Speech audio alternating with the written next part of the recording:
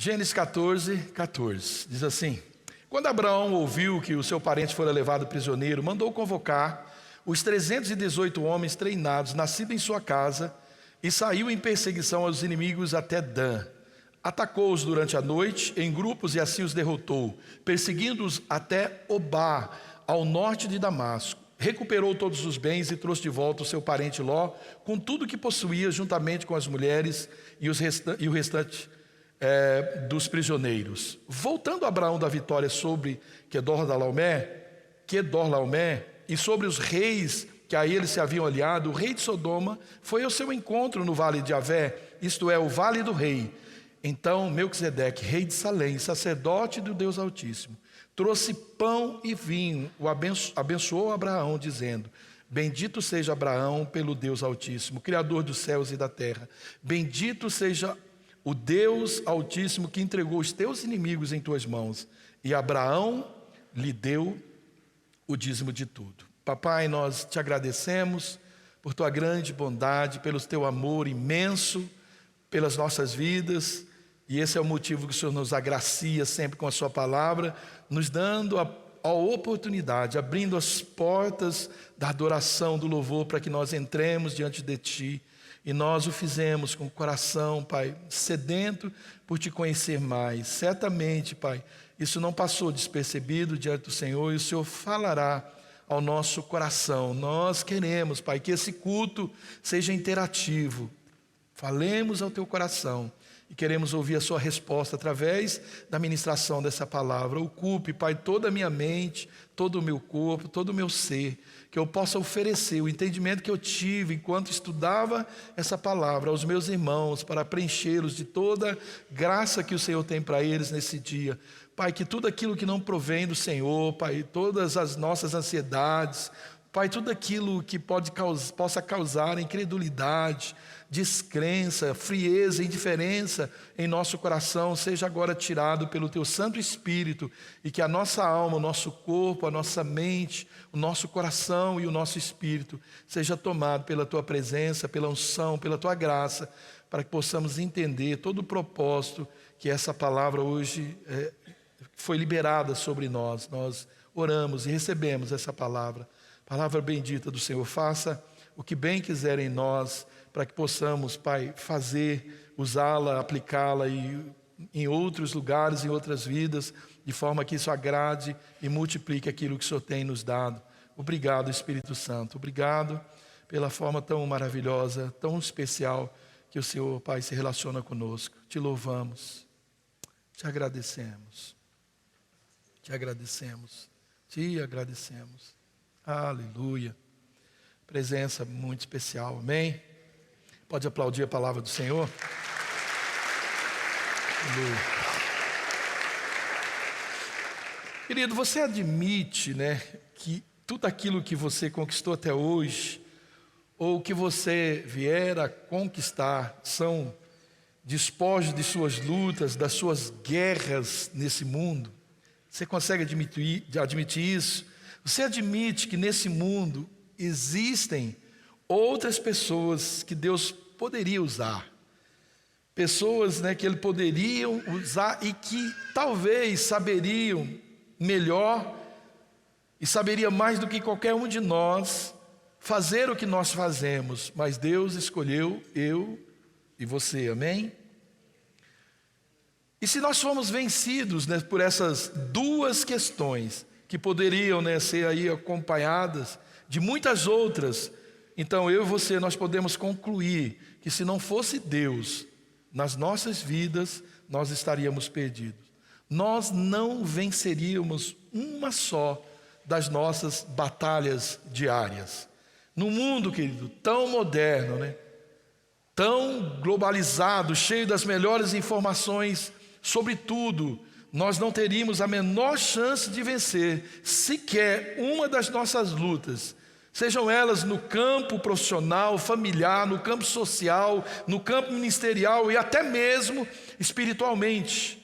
Agora, querido, se nós não concordamos com essas verdades, nós acabamos nos tornando idólatras de nós mesmos, convencidos, né, de que nós somos bons demais ou bons o suficiente para não depender de Deus e nem mesmo para reconhecer a nossa insuficiência. O que nos leva, querido, a um mar, né, a enganos terríveis que culmina num espírito muito egoísta e também muito avarento. A nossa honra a Deus é justamente reconhecer que Ele é Deus e que nós somos meras criaturas. Porém, isso não diminui, né, o que nós somos diante dele, muito pelo contrário. Isso acrescenta muito mais dele nas nossas vidas. Querido, você percebe, né, o porquê que Deus quer ser distinguido nas nossas vidas? Não é uma carência emocional de Deus, mas é uma forma dele fazer-se conhecido e reconhecido pelo que ele é, pelo que ele fez, pelo que ele faz e pelo que certamente ele vai fazer nas nossas vidas. E quando isso acontece, querido, nós provamos dessas intervenções de Deus de forma sobrenatural, e isso nos coloca, né, muito mais próximo dele. Esse é o principal objetivo de Deus quando ele pede honra, e isso também deveria ser o nosso principal objetivo. Quando nós reconhecemos Deus nas nossas lutas diárias, quando nós admitimos que as nossas vitórias vêm dele, isso o aproxima de nós. Isso traz ele até nós. E quando isso acontece, Deus nunca aparece de mãos vazias. O coração de Deus está sempre pronto para nos abençoar. Segundo aos Coríntios 9:8 diz: e Deus é poderoso para fazer que toda a graça lhe seja acrescentada, para que em todas as coisas, em todo o tempo, tendo tudo o que é necessário, vocês transbordem em toda boa obra. Querido, nós lemos no nosso texto inicial que depois da vitória de Abraão sobre aqueles 5 reis, Melquisedeque veio até o seu encontro e o abençoou. E ele trouxe, né, consigo elementos de uma aliança, pão e vinho, está lá no versículo 8. Deus sempre proporcionou uma aliança com o homem, porém, o ambiente precisa ser de honra, de reconhecimento. Deus sempre nos chamou para uma aliança, mas não antes de propormos um ambiente de reconhecimento de quem Ele é e de honra. Mas se nós não entendemos, querido, que tudo, né, que chega nas nossas mãos são dádivas de Deus, Ele também não vai nos castigar por isso. O problema é que nós vamos ficar limitados em nossas próprias estratégias. E esse mundo, como eu disse, ele é muito competitivo. Mas pode ser que por algum tempo a gente se dê bem, até chegar alguém que saiba mais, ou que seja mais forte, ou que seja melhor no que eu faço. Então, se a minha confiança está somente nas minhas habilidades, na minha capacidade de realização, fatalmente eu vou sucumbir. Saibam, queridos, tem sempre alguém competindo conosco nessa luta da vida. Tem sempre alguém competindo com você nas suas lutas diárias, no seu convívio diário. Considere que esse que está competindo com você pode ter um número maior de aliados, e isso vale para tudo. Você vai fazer um concurso, Bruna, você tem um monte de gente lá. A gente vai fazer uma prova, a gente vai fazer um teste para uma empresa. Tudo que nós vamos fazer, querido, nós temos sempre. Se a gente é bom a gente considerar que a gente tem pessoas, que a gente tem circunstâncias que não cooperam com aquilo que nós vamos fazer. E se isso te levar a pensar que sozinho você não vai conseguir, nessa hora, depender de homens não vai fazer nenhuma diferença. Melhor, querido, é depender de Deus. E foi o que Abraão fez. Foi o que ele fez. A Bíblia diz em 1 Crônicas 29:12: e riquezas e glória vêm de diante de ti, e tu dominas sobre tudo, e na tua mão há força e poder, e na tua mão está o engrandecer e dar força a tudo. Essa era a confiança de Abraão. O texto que nós lemos fala que Abraão, após ver o seu sobrinho, sua família, a terra do seu sobrinho ser saqueada por 5 reis que se juntaram, agora Abraão com 318 homens, ele vai lá e ele tem essa vitória sobre esses 5 reis. Sim, querido, o texto diz que Abraão, que ele reuniu os seus melhores homens, e ele mandou convocar os 318 homens treinados, nascidos em sua casa. Não consigo ler isso sem lembrar do Sérgio, que dizia que eu sou tão cabeçudo que eu precisaria de 318 pessoas para minha ordenação, para que a minha cabeça fosse coberta, né? Ele sempre fazia essa brincadeira comigo. Querido, isso é sim uma chave muito importante para as nossas lutas diárias. Abraão, ele reuniu os nascidos em sua casa, está lá no versículo 14, e isso diz muito, né, como eles viviam, ou seja, sob as mesmas influências, a mesma fé, nos mesmos princípios e propósitos. E esse, querido, é o propósito da igreja. Esse é o nosso propósito como igreja: unidade para a gente lutar as batalhas que aparecem na nossa vida. Quando nós unimos as nossas forças, querido, sem nenhuma divisão de pensamento, as nossas conquistas, elas irão muito mais além das nossas forças naturais. Abraão, querido, ele venceu esses 5 reis. Lutar contra um com 318, pensa que é um reinado, já seria muito difícil. Imagine contra 5 reis. Mas o que aconteceu? Ele venceu. Mas eu creio que ele venceu o combate, não no combate, não foi ali. Antes, Abraão venceu na sua dependência, no seu reconhecimento de quem era Deus e na forma de expressar o seu entendimento honrando a Deus. Ele sabia que não foram aqueles 318 homens que venceram aqueles 5 exércitos. Por isso é que ele não ficou, querido. Abraão, ele não ficou fazendo contas para ver como e quando e com quanto ele iria honrar a Deus com os resultados daquela vitória. O texto diz que ele deu o dízimo de tudo. Querido, e isso já nos diz que a sua vida era comprometida com Deus.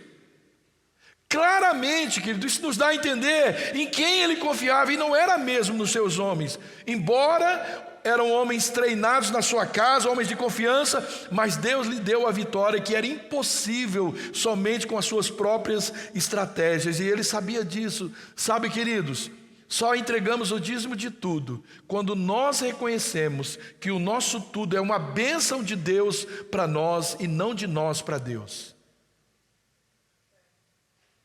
Quando entregamos tudo é porque entendemos que nós temos uma bênção de Deus evidente na nossa vida. Confie, querido. Esta é mais uma chave. Nós não somos nós, né, que ganhamos e damos a Deus, mas é Deus que nos dá tudo e nos privilegia com essa maravilhosa oportunidade de honrá-lo com parte desse tudo que Ele nos deu, só para nos abençoar. O propósito que Deus nos dá o privilégio de dar, porque Ele quer nos abençoar. Ele já disse em Malaquias: eu vos abrirei as janelas dos céus. Há um propósito, só isso, porque se tudo é dele, e Ele quer o que eu dou, o que é dele, para Ele, qual é o motivo? Me abençoar. Para eu testar a minha fé, não para Ele testar a minha fé. Entenda, querido, nós não damos nada a Deus. Não podemos dar o que não nos pertence. Tudo é dele e é ele quem dá tudo o que nós precisamos. Agora, quem é que ensinou isso a Abraão? Quem ensinou esse tipo de honra? É disso que eu falei no começo. Quem foi que deu essa sacada para Abraão? A Bíblia, ela não diz, pelo menos claramente. Mas e eu e você, querido? Que temos, além deste, tantos outros ensinamentos sobre honrar a Deus. Com certeza, aquela história de Abel e Caim era conhecida entre o povo de Deus. E assim como eles, isso nos remete também ao entendimento de qual forma é a correta da gente honrar a Deus. Você conhece o texto de Abel e Caim? Diz que Abel pegou algo precioso, de valor, né, uma primícia, pegou lá do seu pasto, do seu rebanho, entregou ao Senhor. Mas o que Caim fez? Gênesis 4:3, passando algum tempo, Caim trouxe o fruto da terra, uma oferta ao Senhor. Fique tranquilo que eu não estou pregando sobre dízimo e oferta, mas sobre honra, tá bom, querido? E olha o que diz na linguagem de hoje, que eu gosto mais, traz melhor clareza. Diz assim, o mesmo texto: o tempo passou. Um dia, Caim pegou alguns produtos da terra e ofereceu a Deus, o Senhor. Querido, é aqui que nós entendemos o que Deus pensa sobre honra. E também porque nós ouvimos em nossos dias o grito, né, de alguns revoltados falando contra essa prática, alegando, né, que esse tipo de honra, através de entrega, de dízimos, era algo estabelecido pela lei. Moisés nem existia nos tempos de Caim, querido, nem de Abraão. Como que é pela lei, se a lei veio depois de Moisés? Então fica claro que quando se pratica algo por força da lei, isso não é honra. Somente por força da lei, isso não é honra. Não se trata de valores, mas de reconhecimento, distinção e gratidão a uma pessoa. Lembra que Davi diz: não vou dar ao Senhor sacrifício que a mim não custa nada. A gente vê, você vê na vida de Jó, tantas coisas que Jó fez. Jó foi o primeiro livro da Bíblia, Jó existiu muito antes de tudo isso. Mas já entendia o princípio da honra. Ele não só honrava, mas honrava a Deus, sacrificava a Deus pela vida dos teus filhos. Por achar que os teus filhos pudessem ter pecado, eles ofereciam honra a Deus. O que Abraão fez, querido? Abel, irmão de Caim, já tinha feito há quase 2000 anos antes de nascer. A lei de Moisés, ela veio quase 2700 anos depois. A gente vê Abraão fazendo isso. Moisés, a lei veio quase 3000 anos depois. A pergunta é: o que honra tem a ver com a lei na sua essência? Nada. A lei só veio para dar direção, organizar um princípio. Por isso Jesus, ele cumpriu toda a lei, querido. Ninguém mais do que ele honrou o Pai em tudo, né, até com a sua própria vida. O que mais ele não daria ao Pai? E eu creio, querido, que esse é o problema dos revoltados, dos pregadores que não precisa dizimar, não precisa honrar mais, não precisa ofertar mais. Esse é o dilema. Eles têm problema em dizimar porque não querem entregar a vida. E sem dar a vida, nada mais é recebido por Deus como honra. Deus não recebe nada de nós se antes não receber a nossa vida. Porque tudo é dele. Como que alguém vai dar, se nem é dele quem está dando, como pode oferecer algo que nem o quer, nem o deseja, nem quer um compromisso com ele? Como pode ser entendido como honra? E há um espírito, querido, maligno, transitando ao derredor da igreja. E eu diria que esse é o espírito de Caim, que ao invés de imitar o seu irmão, que fez o que era certo, honrando ao Senhor, não, ele preferiu matá-lo. Ele preferiu matá-lo. Ao invés de honrar a Deus com as suas primícias e ser aprovado, ser abençoado, ele escolheu matar o seu irmão que o fez. O meu conselho, querido, não permita que pessoas façam o mesmo com você. Você vai ouvir na internet, você vai ouvir pessoas vão te dizer isso. Não permita que ela mate você, porque é isso que está em jogo. É isso que é essa revolta ao nosso derredor, tentando fazer com que nós deixamos de honrar a Deus. Você percebe, querido, essa inversão? Percebe a ação diabólica, maligna, para que a nossa descendência sofra por não mais honrar a Deus. A Bíblia diz em Provérbios 3:9, honra o Senhor com todos os seus recursos e com todos os primeiros frutos de todas as suas plantações. Isso é a lei. Porém, Abel fez isso muito antes da lei, séculos antes da lei. Por quê? Porque ele entendeu. Ele entendeu. A palavra honra significa fazer distinção. Honrar significa dignificar, distinguir. Isso é mostrar consideração especial a alguma pessoa. Tratar com honra implica em homenagear. A palavra grega para honrar significa reverência, estimar, valorizar. Honrar, querido, é dar respeito, não é apenas por mérito, mas pela posição. Por exemplo, A gente, pode não gostar de algumas decisões do nosso presidente, do nosso governador, mas ainda devemos respeitar a posição que eles têm como líder sobre nossas vidas. Semelhantemente, os filhos de todas as idades devem honrar os seus pais. Não é porque os seus pais merecem ou não, porque honrar é demonstrar consideração especial, honrar é perceber, é reconhecer o valor e cuidar. E queridos, não pense que a falta de compreensão desse princípio vai nos deixar imunes a eles pelo fato da gente não saber sobre as suas consequências, seus efeitos. Não saber, como também não saber que o fogo queima e tacar a mão no fogo, não ficamos isentos de sofrermos queimadura. Quando Deus, querido, pede honra, como eu disse, não foi para satisfazer uma necessidade emocional, como eu já disse, mas isso quebra o efeito do orgulho nas nossas vidas. Efeito esse que fatalmente vai nos levar à queda.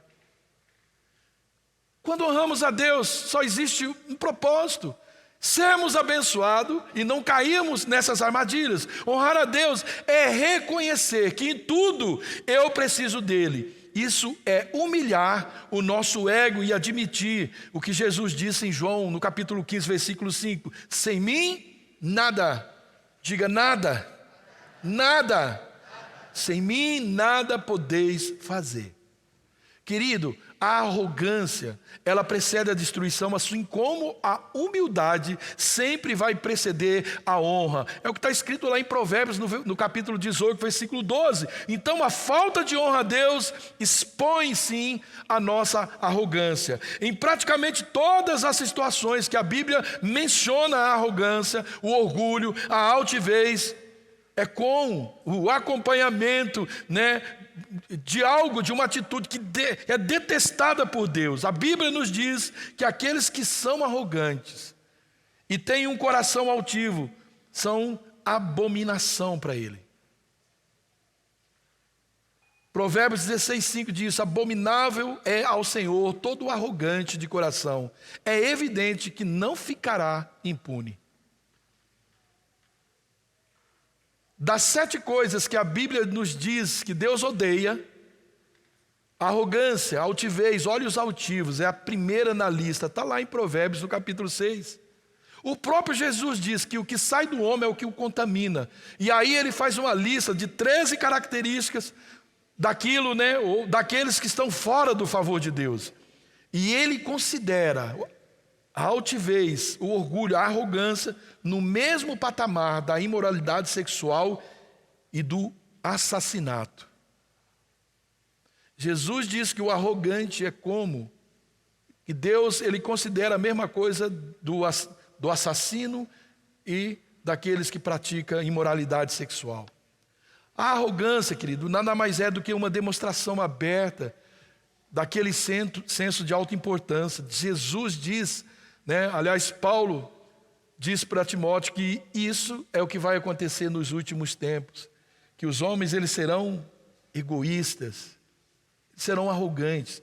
E é essa mentalidade egoísta, querido, que expressa essa infeliz ideia de que o mundo gira em torno de mim e que eu devo ficar com tudo que a vida me proporcionar. E com tudo que Deus me der, é para mim, eu devo ficar com tudo. Esse é um grande mal, querido, dos nossos dias.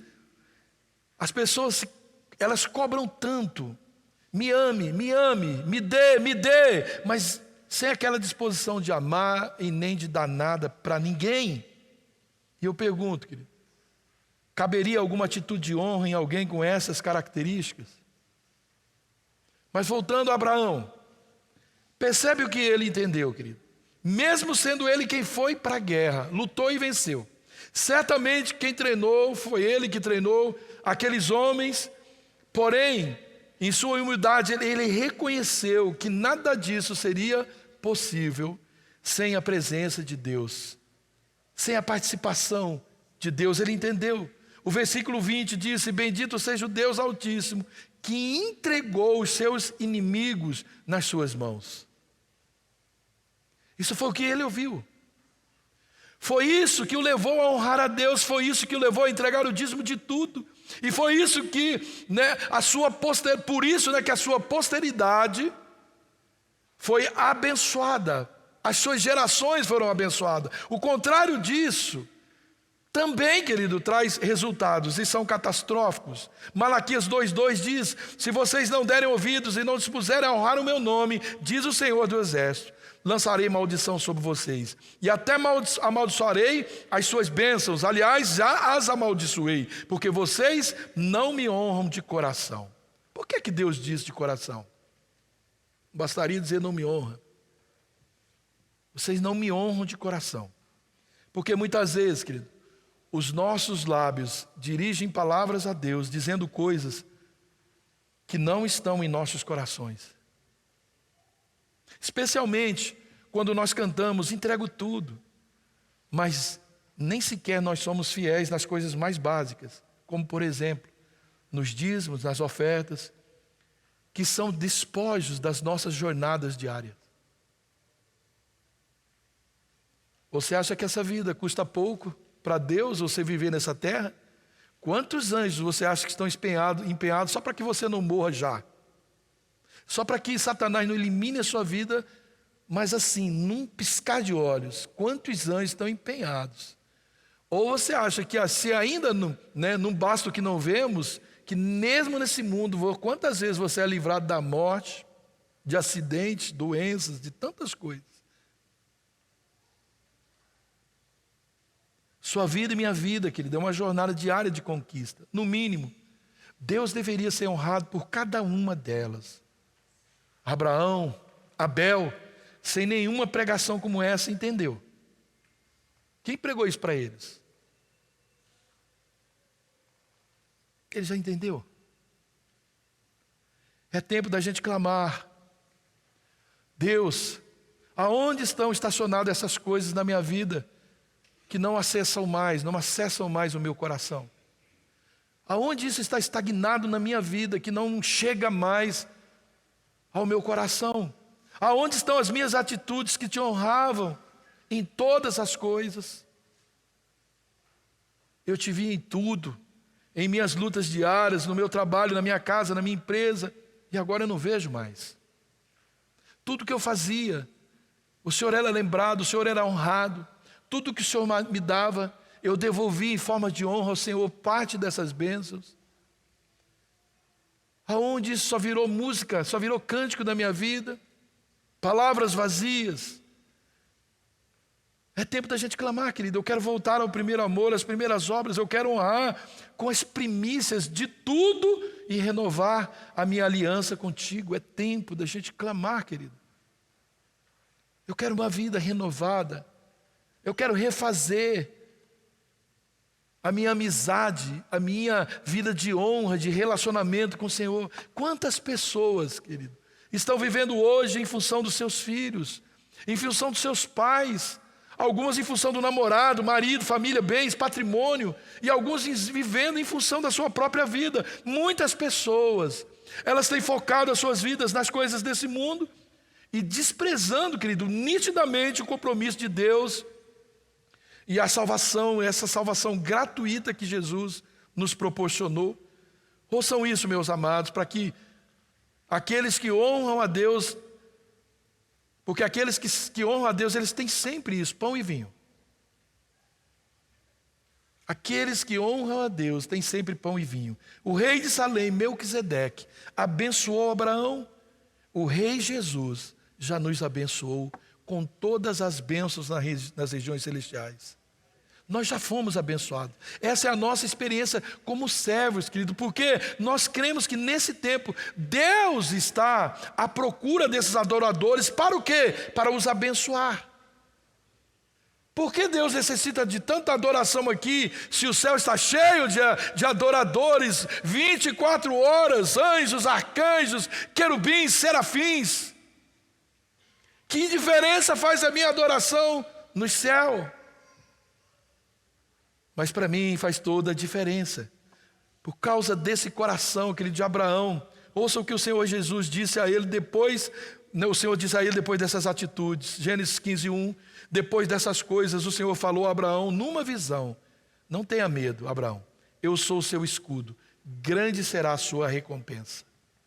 Querido, a igreja está no meio de uma jornada, você crê nisso? Nós estamos no meio de uma batalha, e eu creio que nós estamos vencendo, amém? Estamos vencendo, amém? Porque o mesmo Rei de paz, o Rei Jesus, Ele disponibilizou para nós pão e vinho. O vinho, né, que é o seu sangue, o pão que é a sua palavra. E com esses recursos, nós sempre venceremos. Olha o que diz Apocalipse 12:11. Eles o venceram pelo sangue do Cordeiro e pela palavra do testemunho que deram. Diante da morte, não amaram a sua própria vida. Querido, nós não vamos permitir que qualquer tipo, né, de indiferença tome parte do nosso coração, do nosso ofício sacerdotal, como foi com Eli e os seus filhos, querido, que não honrou o Senhor com a herança sacerdotal que eles carregavam sobre os ombros. O texto de Samuel, no capítulo 2, versículo 27, 1 Samuel, é muito triste, querido. É um dos textos mais tristes da Bíblia. E diz assim: e veio um homem de Deus a Eli, que era o sacerdote, e lhe disse: assim diz o Senhor, acaso não me revelei claramente a família do seu pai, quando eles estavam no Egito, sob o domínio do faraó? Olha o que Deus está dizendo para Eli: eu tirei vocês da escravidão e da morte. Lembra, Eli?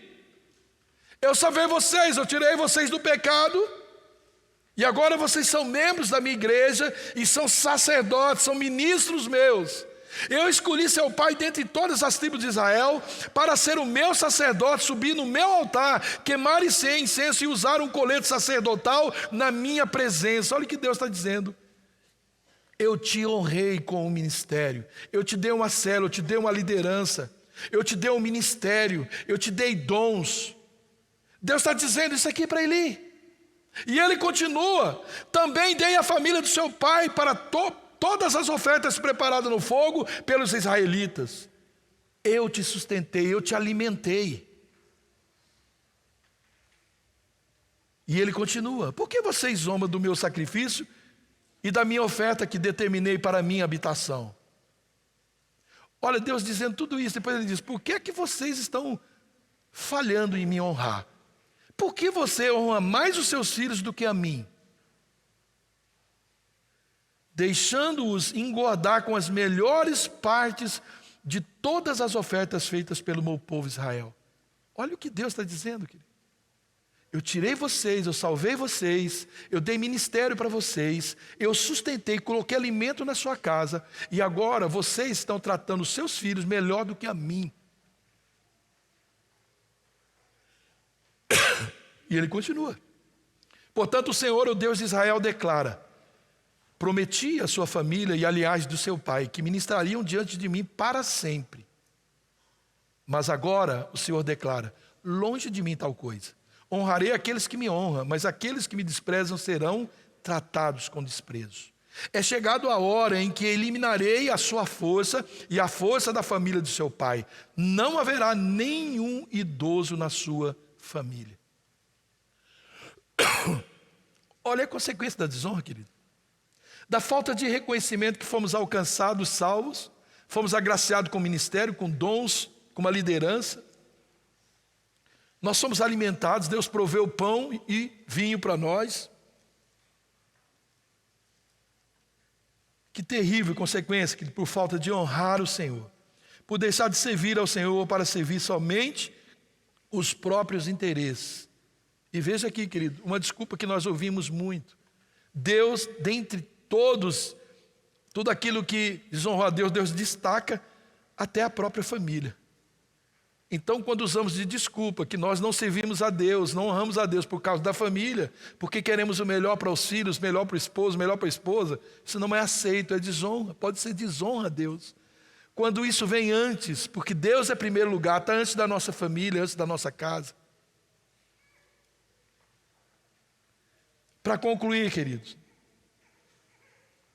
nós estamos diante de uma mesa que memoriza, né, o maior gesto de amor que alguém poderia fazer para nos honrar e construir uma aliança eterna com a gente. Obrigado.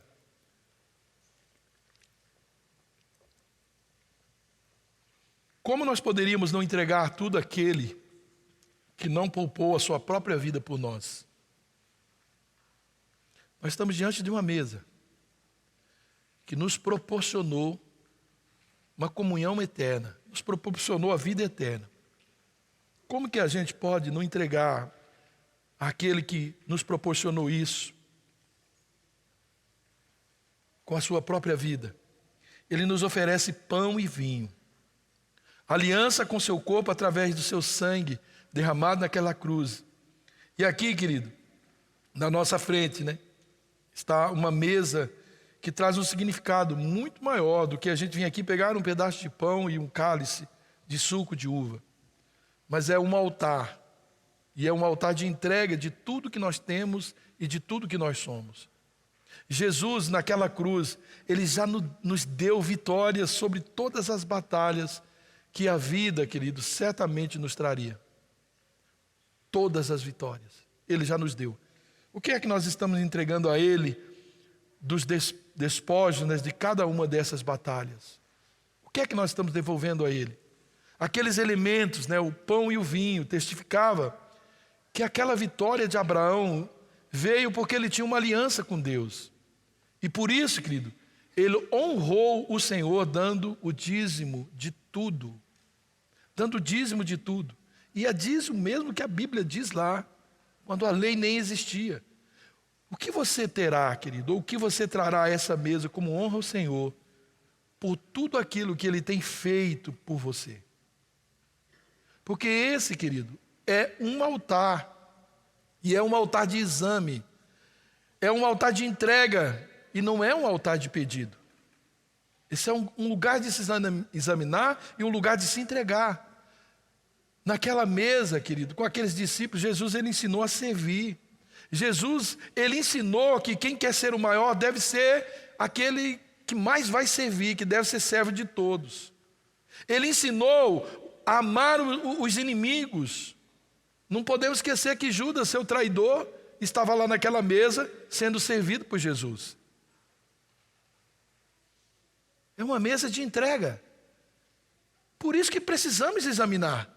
É uma mesa de entrega. Ele ensinou que honra vem depois da entrega de tudo e não antes de tudo. A honra nunca vem antes de uma entrega. Jesus está sentado aonde? Um nome sobre todo nome. Antes ou depois? A honra que ele recebeu veio depois da entrega, da total entrega. Ele ensinou que honra vem depois da cruz. Por isso, querido, ele nos incumbiu de tomar a nossa cruz e segui-lo sem retroceder. Sem retroceder. Essa é a forma de honrar a Deus, querido. E eu fico maravilhado porque, Abraão, sem ninguém ensinar isso para ele, sem nada assim acontecer antes que pudesse contar uma história, vislumbrar uma história para ele, ele já entendeu isso. Que era a sua honra, aquele que te deu a vitória, que ele tinha dado aquela vitória, que traria para ele promessas de bênçãos. Ele não fez por objetivos interesseiros, mas é um coração, querido, que simplesmente entende. É um coração que entende, simplesmente entende. Será que é difícil a gente entender que esse Deus que nos salvou, querido, esse Deus que nos sustenta, esse Deus que nos ampara, esse Deus que nos abençoa, nós devemos honrar Ele, não é porque Ele precisa de honra, Ele tem carência de honra, não, porque quando eu faço isso, eu crio um ambiente de honra recíproco. Eu honro e eu sou abençoado, eu sou um honrado. Honra quem tem honra. Então, quando eu crio esse ambiente, querido,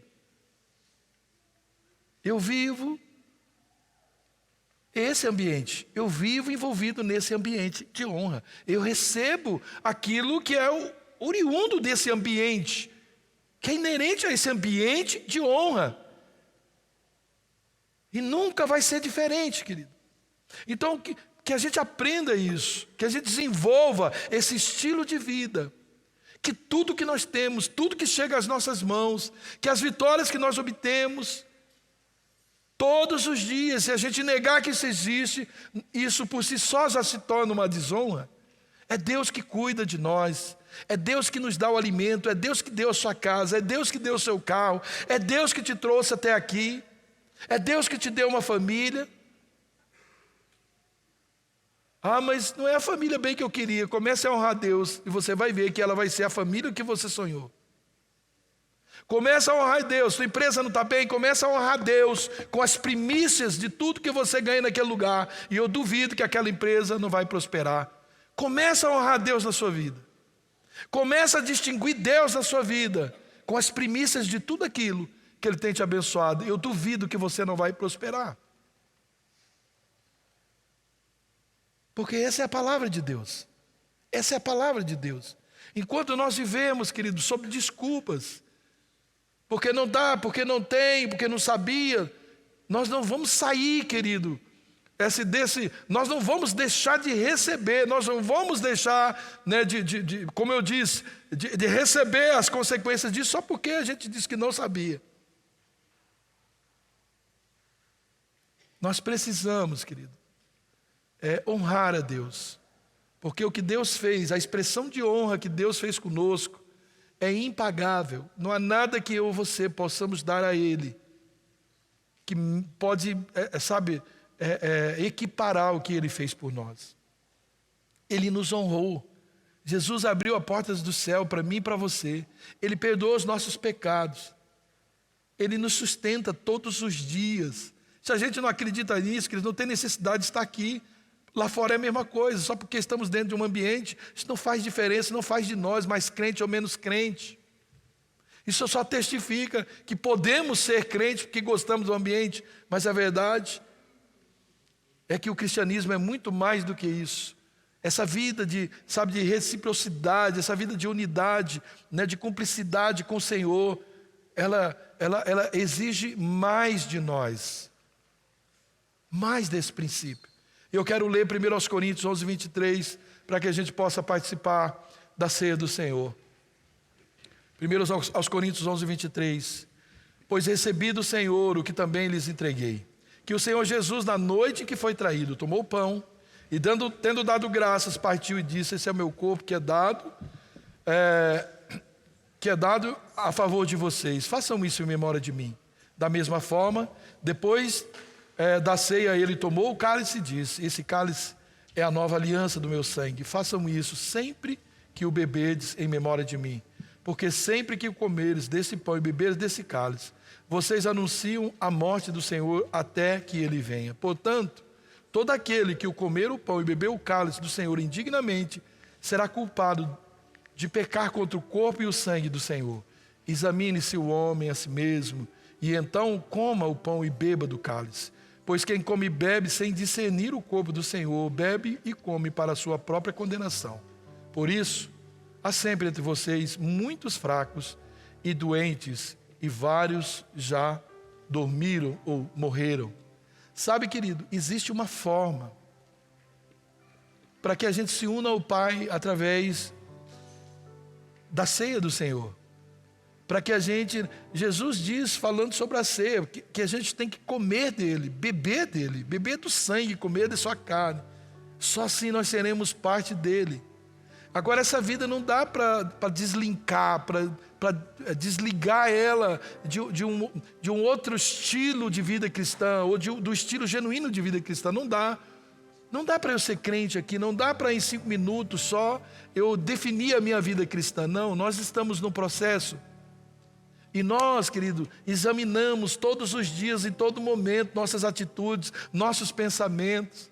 Nós nos examinamos em todo o tempo. Para que não só participar aqui em nossos lares, nas nossas casas, quando comemos, quando bebemos, quando temos comunhão, Isso seja para nós um tempo, né, de celebração da comunhão que nós temos com o Pai. Façamos disso, querido, um tempo para meditação, um tempo, né, de reconhecimento. Deus, eu sei, foi o Senhor que colocou isso nessa mesa. O Senhor faz parte da minha vida, o Senhor faz parte do meu sustento, faz parte, né, do meu ser. Não dá para desligar isso. Quando Paulo está esclarecendo isso, é por em virtude de uma igreja tão bagunçada, uma igreja tão cheia dos dons de Deus, mas uma igreja tão bagunçada, onde não se havia consideração, um não se ligava para o outro, E Paulo chama a atenção deles. Muitos estão morrendo, porque vocês estão tendo esse tipo de comportamento. Que é coisa pior, querido, do que a gente ser agente de morte na vida do irmão. Porque não perdoa, porque não recebe o perdão. Paulo está dizendo, vocês precisam fazer um autoexame, para que então possa participar. E a ceia não ser mais um motivo de acusação, mas de libertação. Um motivo de alegria, não de acusação. É isso. Então, quando Paulo nos aconselha, ele nos orienta a examinar a gente mesmo. Não é para que a gente descubra uma coisa aqui e continuamos praticando depois. Porque quem está aqui que não tem algo para se examinar, autoexaminar, e chegar à conclusão de que realmente precisaria de uma confissão, de um perdão, precisaria de um conserto com Deus para participar dessa ceia? Eu acho que todos nós.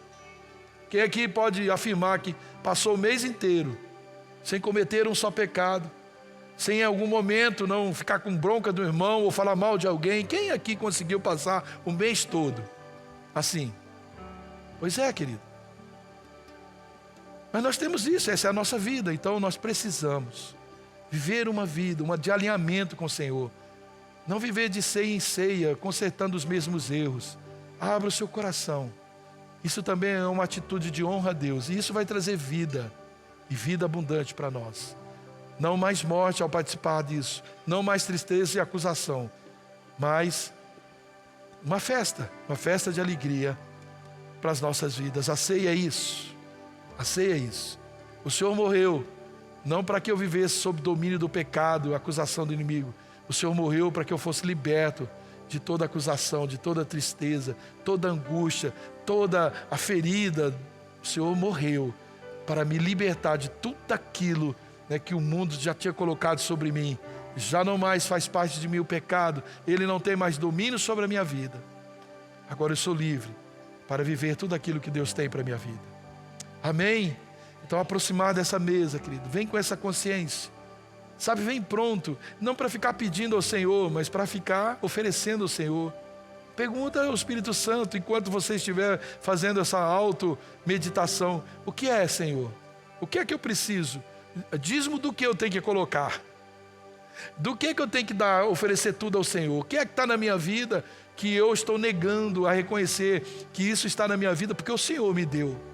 O que é que eu estou retendo que não me pertence? É isso, querido. Isso é um lugar de entrega. Aquela mesa, Jesus estava ali se entregando, só se entregando, e ensinando os discípulos deles a se entregar também. Estava ensinando eles a se entregar. Então a gente precisa, querido, parar de querer tanto sem dar nada.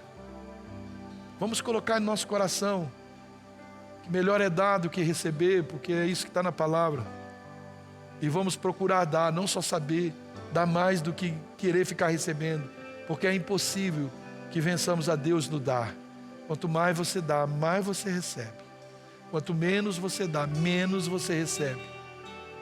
Não deixe o engano daquele esforço, imensurável do seu trabalho, das suas ocupações, dizer que o que você ganha é bênção de Deus.